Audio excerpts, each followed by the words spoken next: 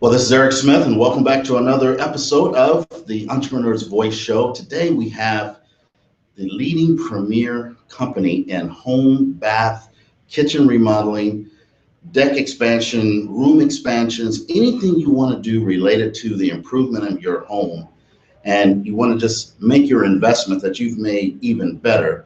You want to call Avery Construction, and we've got the owner of Avery Construction, Jason Avery. That was quite an introduction. Thank you very much. You're welcome. I tell you, if you live in the Tampa, St. Pete, Clearwater, Bel Air, Palm Harbor, Safety Harbor, any of these areas in Hillsborough County, Pinellas County, Florida, and you can tell us any other areas, you definitely want to check out the information. Enjoy this video because we're going to give you some tips when it comes to home remodeling, some safety tips, some things you want to look for when selecting a contractor and so forth. But let's dive right into this. Thank you for joining us. And where are you from, by the way? Originally, I came out of Indianapolis, Indiana. Okay. My parents moved down here when I was young, and been here, well, gosh, almost 30 years of my life. So here you have a contractor that knows the area, has been here 30 years, which is critical and important. What got you into the construction business? Chance, there was a job opportunity with a company doing statewide windows, roofing, siding, and storm protection, all the exterior home improvement products. And I started as a sales rep, and 7 years later, I was the vice president of the company. Wow. So I worked under an MBA, and I think I kind of got a college level education for free in that. We grew a $9 million business into a $20 million business during that time. Wow, that's some major growth. And so when did you start your own company? Well, after about 20 years in the industry working for others, I started my business 4 years ago now. Congratulations. So here we're talking about someone that has experience when it comes to remodeling and someone you trust to come into your home. I think some things I like to really suggest to you is that you want to look for someone that has been around for a long time. You have a reputation to uphold. Your name is known here. I put my name on the business. Can't say it any better than that. So tell us a little bit about the services that you guys really like to specialize in. Who's some of your customers that have really enjoyed your services? And just give us a little more information. Well, we service your mid-average to upper-end homes, typically owned by retirees or empty nesters. And these people tend to buy homes that have a lot of square footage and high ceilings, very well laid out, but they were built very cookie cutter, using cheap components. So maybe there's a lot of carpet or linoleum flooring. There's laminated cabinets and countertops. There's low-hanging ceilings or soffits or unnecessary walls. We come into these homes and we knock down walls, take out soffits, open up a space, and then make sure we've got the best possible layout of appliances for function in a kitchen or in a bathroom, and then ultimately reconstruct the room using better caliber products. Hardwood cabinetry, granite countertops or quartz countertops, porcelain flooring or hardwood flooring, put a fresh coat of paint on everything, maybe some fresh lighting, and call it a well-rounded remodel. Wow, that's incredible and that's amazing. Before a person selects a contractor, since you've been in the area, I'm sure you've probably seen and heard horror stories of people being taken advantage of, or a storm happens and folks just come right into town. Is there a safety tip or just a good consumer tip that people need to know about? Well, it's fair to say that contractors have acquired a bad reputation for themselves. I hear those horror stories all the time. We attend all the major home shows in town, and we generate a large mass of people looking to do estimates. Some are kicking tires, others legitimately shopping with contractors. And I hear all the time that, hey, you're the only one that showed up, or you're the only one that didn't cancel the appointment. So just being there quite often can earn me business by sheer default because other guys aren't following through.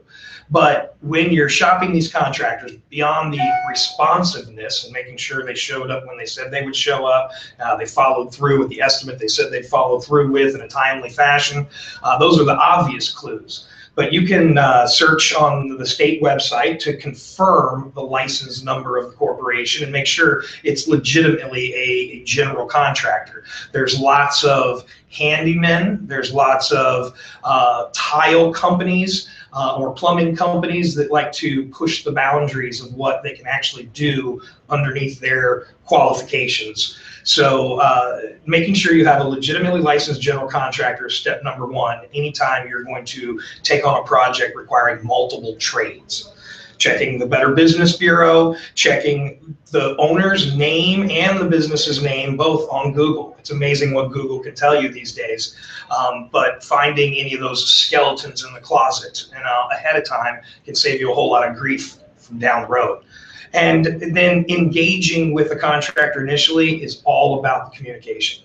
And we strive very hard to provide not only what is included, but also what is not included in all of our documentation. So that's a great point. I really appreciate hearing that. I mean, can you just listen and hear and just relax whenever you pick up the phone and give these guys a call, because it sounds like they're pretty detailed oriented. Well, right from the very first visit, our unique position is that we come with a same day estimate guarantee. What I've found is that in this industry, half of the contractors out there will either just rush to the numbers, throw out a ballpark, it's 50 or 60,000, and then they don't back that information up with anything. They're looking for a commitment from you first. You're going to be writing a small check, and they can kind of get the hook in you. Maybe it's to do some initial design plans before they actually price anything out. You have another pool of contractors out there who maybe try and get a little too specific, a little bit too early in the process. They listen to your thoughts, they throw out a few ideas, and they say, I'll get back to you next week with my estimate. 2 weeks later, 3 weeks later, sometimes you're still waiting on that estimate. Not entirely their fault. They're unable to provide you with exact numbers because you were unable to provide them with exact decisions on many of the finished products you're going to work with. But how could you have done that? Because they haven't given you any pricing on those specific products yet. It's like the chicken or the egg. So we come at this from a whole different angle. On day one, we use a worksheet which runs through each of the trades that are going to be involved, from permitting, through demolition, through electric and plumbing and HVAC, drywall and flooring, cabinetry and countertops, any miscellaneous trim out items like backsplash tiles or shower glass, and then even a list of parts. You need to buy 2 sinks and 2 faucets, 400 square feet of tile, and 600 square feet of wood flooring to accomplish the task. What if you buy it for $2 a foot? What if you buy it for $4 a foot? And we give ranges and options in each category, and avoiding the specifics and showing them the spectrum. Here's the low and here's the high. Now, by the end of the worksheet, I provided the same initial range that the first contractor we spoke of did. Maybe it's 50 or 60,000. I don't know until you decide, but I delivered it to them in bite-sized pieces on an itemized worksheet. So now they're able to absorb this information and make realistic decisions that are going to influence the budget one way or the other.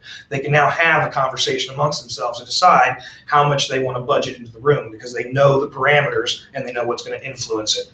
So really, I've just taken a position of educating my client a little better up front, and it saves us all a lot of time in the backside.